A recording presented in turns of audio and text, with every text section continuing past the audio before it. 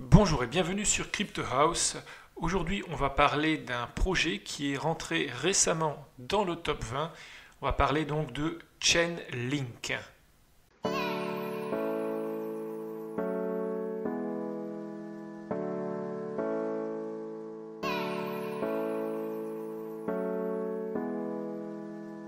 Il y a de grandes chances pour que beaucoup d'entre vous n'ayez encore jamais entendu parler de Chainlink. C'est normal parce qu'il y a encore quelques semaines, voire quelques mois, c'était vraiment dans le bas du classement des crypto-monnaies. Et suite à quelques événements qu'on va voir dans cette vidéo, c'est vraiment apparu au devant de la scène. On est aujourd'hui en 17e position. Alors si on va sur le site web c'est chain.link, qui est d'ailleurs un très bon domaine, il y a un slogan, donc Your smart contract connected to the real world data, event and payment. Donc ce qui veut dire en français, le réseau Chainlink fournit des entrées et des sorties fiables, inviolables pour les smart contracts complexes de toutes les blockchains. Alors, le problème à résoudre ici, c'est quoi? C'est que historiquement, les blockchains sur lesquels les smart contracts sont exécutés ne peuvent prendre en charge la communication native avec les systèmes externes, donc aux données qui permettent de déclencher les smart contracts.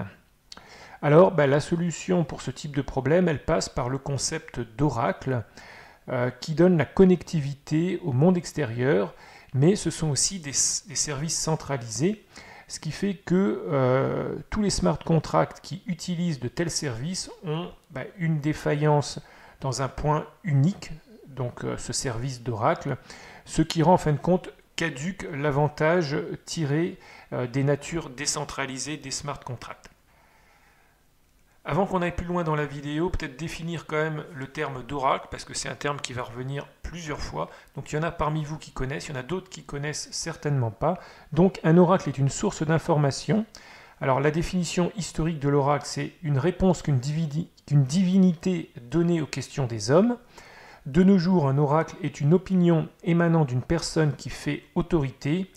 Et dans une manière plus informatique, c'est une source d'information sûre. Donc c'est cette dernière définition qu'on va garder. Alors je vais vous donner d'abord quelques exemples. Si on prend par exemple un smart contract d'une compagnie d'assurance qui rembourse les agriculteurs sur par exemple les dégâts de la grêle sur une récolte. Alors pour déclencher le smart contract, ce qu'elle fait, c'est que elle prend une source d'information au travers d'une API, mais pour plus de sécurité, pour être sûr qu'il n'y ait pas une erreur dans la provenance de l'information, il faudrait qu'il y ait plusieurs sources d'information pour vraiment rembourser ensuite le fermier. Mais c'est ce que fournit Chainlink. Donc c'est une sorte d'agrégation de sources d'information. Alors, ça peut être utilisé pour des contrats d'assurance, mais ça peut être aussi, par exemple, utilisé pour fournir les prix de marché pour des contrats futurs qui seraient tokenisés dans des smart contracts. Donc ça, c'est une autre utilisation. Mais on va voir, il y a énormément d'utilisations possibles pour Chainlink. Alors, Chainlink, donc, c'est un projet qui est enregistré aux îles Caïmans. Donc ça, c'est chain.link. Mais il y a une société derrière tout ça, c'est la société smartcontract.com, encore un très très bon domaine. Là, ils sont vraiment très forts parce que pour avoir le nom de domaine smartcontract.com, il faut s'y être pris un petit peu à l'avance. Et là, derrière, donc la société qui développe, elle est située aux États-Unis, à San Francisco. Donc, je pense que pour des raisons de flexibilité dans le développement du projet, ils ont enregistré le projet aussi aux îles Caïmans, mais les gens qui sont derrière le projet sont donc aux États-Unis. Alors Chainlink s'est lancé par un ICO, c'était le 19 septembre 2017, et ils ont quand même récolté 32 millions de dollars, ce qui est un bel ICO. Et à l'époque, donc un link valait 11 cents, soit aujourd'hui à peu près un coefficient x 21, x 22 par rapport à l'ICO. Alors en termes de tokens, il y a 35% qui vont aux opérateurs des nodes, donc ce qu'on va appeler les oracles, 35% ont été vendus au public et 30% ils vont à Chainlink pour continuer le développement du produit. Alors si on clique ici, voilà, sur le détail, on voit qu'il y a, je vais monter un petit peu, voilà, 1 milliard de tokens, dont 350 millions en circulation. Ce sont ceux qui ont été lancés lors de l'ICO, donc les 35%. Alors aujourd'hui, il est au 17e rang. Quand j'ai commencé à regarder la vidéo, il était plus proche à préparer la vidéo, pardon, il était plus proche de la 20e place. Mais ce qui est quand même intéressant de voir, c'est où il se situe. Il se situe quand même juste derrière Tezos et Dash, mais il est devant Neo, IOTA, Ethereum Classic, Cosmos et NEM, ce qui en fait quand même un projet aujourd'hui très visible et qui est vraiment dans le top des projets crypto. En termes du nombre de tokens, avec 1 milliard, on se situe au même niveau qu'EOS, qui est à 3,92. Là, on est à 2,23, mais on est aussi au même niveau qu'un Ontologie qui est à 0,86. Donc, on est quand même plus proche de la capitalisation d'EOS que d'Ontologie. Alors, en termes d'Explorer, alors c'est Ethereum Etherscan parce que c'est un token qui est monté sur Ethereum, donc en ERC20. Maintenant, si on va au niveau des exchanges, voilà, on voit que quasiment, si on prend cela et cela, on est presque à 50% du volume sur Binance. Ensuite, on a Coinbase Pro qui prend 10% du volume, et ensuite BKEX, et on voit qu'il y en a encore plein d'autres. Si on regarde maintenant la courbe pour se savoir où elle se situe en niveau des prix, donc là on démarre en octobre de l'année, non, en octobre 2017, c'est bien ça, ouais, octobre 2017, aux alentours, si on regarde ici, d'un peu moins de 20 cents, 17 cents. On avait fait un premier pic à 1,28, puis c'est redescendu jusqu'à ce qu'il y ait plusieurs annonces qui ont fait que le token a vraiment décollé. Donc on est passé ici de 44 cents avec un pic ici aux alentours de 3,50, 3,60 pour redescendre maintenant aux alentours des 2,40, même un petit peu en dessous de 23. Alors, il y a un white paper qui fait 38 pages, qui au début est assez facile à lire, puis après ça devient un petit peu plus compliqué, mais si vous voulez avoir un petit peu plus d'informations que cette vidéo, je vous conseille quand même de lire le white paper. On va maintenant regarder un petit peu plus en détail comment fonctionne Chainlink. Alors, ce qu'il dit, c'est que un smart contract, il a besoin d'un élément déclencheur, donc d'une donnée externe pour exécuter le smart contract. Et cette donnée, elle doit être hautement fiable, parce que ça veut dire que si le smart contract est exécuté avec une donnée qui est fausse, on ne peut pas revenir en arrière. Une fois que c'est exécuté, c'est exécuté. Et le problème des smart contracts, c'est que à cause du consensus qu'il y a autour de la blockchain, c'est difficile d'obtenir des données externes. Donc, ce qu'on fait habituellement, c'est que on met une API qui va lui envoyer les données à la blockchain et au smart contract. Le problème c'est que si cette API n'est pas 100% digne de confiance, là encore, le smart contract va se déclencher avec des données qui peuvent être fausses ou partiellement fausses. Donc ça donne encore un point de centralisation, et c'est ce qu'on veut éviter avec un smart contract. Le concept du smart contract, c'est d'être décentralisé, mais là on a une source d'information qui est centralisée. Donc ce que va faire Chainlink, c'est qu'il va donner lui une source d'information qui est décentralisée pour éviter donc ce chaînon faible. Et donc ce sont des sources qui vont être recherchées sur plusieurs nodes, on appelle ça ici des nodes, et ce sont à chaque fois des informations qui sont hautement sécurisées, fiables et dignes de confiance. et ce sont des informations qui sont envoyées aussi en temps réel au smart contract.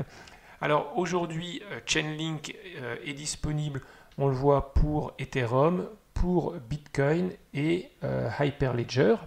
Un autre élément important de Chainlink, c'est le token, donc qui s'appelle ici Link, et c'est ce token qui va permettre de faire fonctionner toute cette économie de nodes et toute cette économie de services. Donc comme j'ai dit tout à l'heure, c'est un token qui est monté en ERC20 sous Ethereum. Alors le token est, si l'on peut dire, miné par les nœuds du réseau Oracle lorsqu'ils vendent des services off-chain au travers d'un API connecté au réseau Chainlink. Autrement dit, les smart contracts vont acheter de l'information en provenance des nœuds Oracle Chainlink avec le token Link. Donc le prix est défini par le nœud en fonction de la demande, de l'offre et la demande du token et aussi du type d'information demandée. Et ensuite, le token reçu, il peut être échangé et vendu sur des exchanges. Alors en termes de wallet, il n'y en a pas vraiment parce que c'est un token en ERC20, donc tous les wallets compatibles ERC20 vont fonctionner. Je recommande par exemple MyEther Wallet, ou alors, si vous voulez un hard wallet, il y a le Ledger Nano X ou Nano S. Si on regarde maintenant l'équipe, il y a deux personnes importantes, c'est celles qui ont commencé la société, qui ont démarré avec le white paper puis l'ICO. Il y a d'abord Sergey Nazarov qui est le PDG. Alors lui, il a commencé sa carrière chez First Market Capital. Il a ensuite rejoint la révolution crypto en 2011, donc quand même très tôt. Et c'est un serial entrepreneur. Il en est déjà à sa 4e start-up et il croit fermement que la blockchain a la capacité de changer la façon dont les sociétés distribuent leurs richesses, font respecter les contrats et partagent l'information. Ensuite, on a Steve Ellis qui est CTO, donc Chief Technological Officer. Alors, auparavant, il était ingénieur logiciel et chef d'équipe chez Pivot Table et il s'est employé à sécuriser les données sensibles conformes à la norme HIPAA. Donc ça, c'est une norme dans le domaine médical, une norme américaine, et à mettre au point un logiciel d'automatisation des paiements évolutifs. Alors c'est un grand fan d'Ethereum, de Bitcoin et de l'avenir décentralisé qu'on construit tous ensemble. Alors c'est une société qui engage aussi, on voit ici sur leur site, il y a plusieurs positions ouvertes. Il y en a même pas mal. Donc ça veut dire que c'est une société qui est en pleine croissance. Alors en termes de roadmap, j'ai cherché sur le site web, un petit peu partout sur le web, j'en ai pas trouvé. On va maintenant regarder les partenariats. Il y en a principalement deux qui ont fait que Chainlink est arrivé au devant de la scène. Il y a d'abord un partenariat avec Swift. Donc Swift, c'est ce réseau interbancaire construit par les banques pour faire des paiements à l'international. Et ici, Swift va utiliser Chainlink dans le domaine de la réconciliation, de l'automation de process, comme par exemple payer par transfert au travers un smart contract. Donc, si jamais c'est vraiment utilisé par Swift, donc qui paye ses services avec le token, ça peut vraiment devenir assez massif et prendre de l'ampleur. Donc c'est un partenariat très important. Et ensuite, il y a un autre partenariat avec Google Cloud qui a fait que, en fin de compte, à partir de, si on regarde ici la courbe, à partir de mai-juin, là, début juin, c'est là où le token vraiment s'est envolé. C'est quand il y a eu ce partenariat avec Google. Si on regarde maintenant en termes de communauté, alors ils sont présents sur Medium pour les blogs. Ensuite, il y a un Telegram, il y a la chaîne Twitter, on va regarder tout de suite où ils en sont en nombre d'abonnés. 30K. Bon, pour une société qui est dans le top 20, c'est peut-être un petit peu léger, mais c'est qu'ils sont arrivés dans le top 20 très, très rapidement. Ensuite, ils ont bien sûr GitHub, Gitter et Discord. Alors, en termes de concurrence, il n'y en a pas énormément. Moi, le seul que j'ai trouvé, c'est Augur. Donc Augur aujourd'hui est en 59e position et il y a un current supply de 11 millions. Donc ça veut dire que si on rapporte, je pense, au nombre de tokens, vu qu'il y en a déjà 350 millions qui sont sortis sur Chainlink, ça veut dire que la capitalisation de Chainlink est supérieure et que le prix du token est aujourd'hui mieux valorisé. C'est que quand tu as un partenariat avec Swift et puis avec Google, tu commences à être pris au sérieux et il commence à y avoir bien sûr des investisseurs qui s'intéressent à la société et au token. On en arrive à la conclusion. J'ai trouvé deux points principalement négatifs. D'abord, aujourd'hui, malgré tout, les smart contracts fonctionnent parce qu'on n'est pas obligé d'utiliser le concept d'Oracle. Il existe d'autres solutions, comme par exemple des chaînes parentes ou des chaînes latérales, ou la source unique d'information au travers d'une API.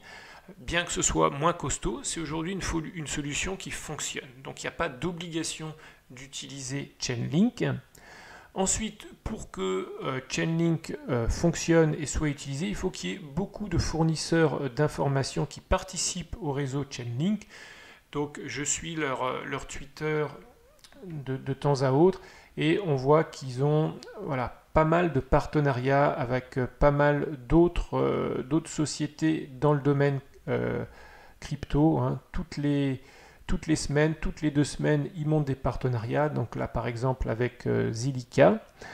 Mais aujourd'hui, donc, il faut un grand nombre d'oracles, un grand nombre de partenaires. Alors, dans les gros partenaires, ils ont Swift, ils ont Google, c'est très bien, mais aujourd'hui, ça ne suffit pas. Surtout qu'au niveau de Swift, ce n'est pas non plus une solution unique pour Swift de passer par Chainlink. Donc, si jamais Chainlink n'arrive pas à avoir tous ces fournisseurs de services d'information, il y aura une très belle technologie, mais qui ne pourra pas être utilisée. Donc ça, c'est un des risques les plus importants que Chainlink aujourd'hui échoue dans leur projet. Alors, côté positif, on sait que l'interopérabilité est clé dans le mode de la blockchain et ici Chainlink résout un gros problème important d'interopérabilité. Autre bon point pour Chainlink, c'est que contrairement à beaucoup d'autres projets qui en sont encore au stade du white paper ou des prototypes, notamment dans le top 50, Chainlink, eux, ont lancé leur mainnet sous Ethereum le 30 mai dernier. Ensuite, il y a peu de concurrence. On a vu, on a pour l'instant trouvé que Augur. Si vous avez d'autres idées, mettez-les dans les commentaires. Et aussi, ce qui est intéressant, c'est que les possibilités d'utiliser Chainlink sont quand même assez infinies, puisque ça s'adresse à tous les smart contracts, dans tous les domaines, que ce soit le sport, la finance, l'assurance, les paris en ligne, bref, tout est concerné. Donc, dites-moi vous ce que vous pensez de Chainlink, est-ce que vous connaissiez, est-ce que c'est quelque chose qui vous intéresse, est-ce que vous voyez un futur dans le projet, vous le trouvez tout simplement beaucoup trop évalué, surévalué. Mettez vos commentaires dans la description et moi je vous dis à bientôt pour de nouvelles vidéos.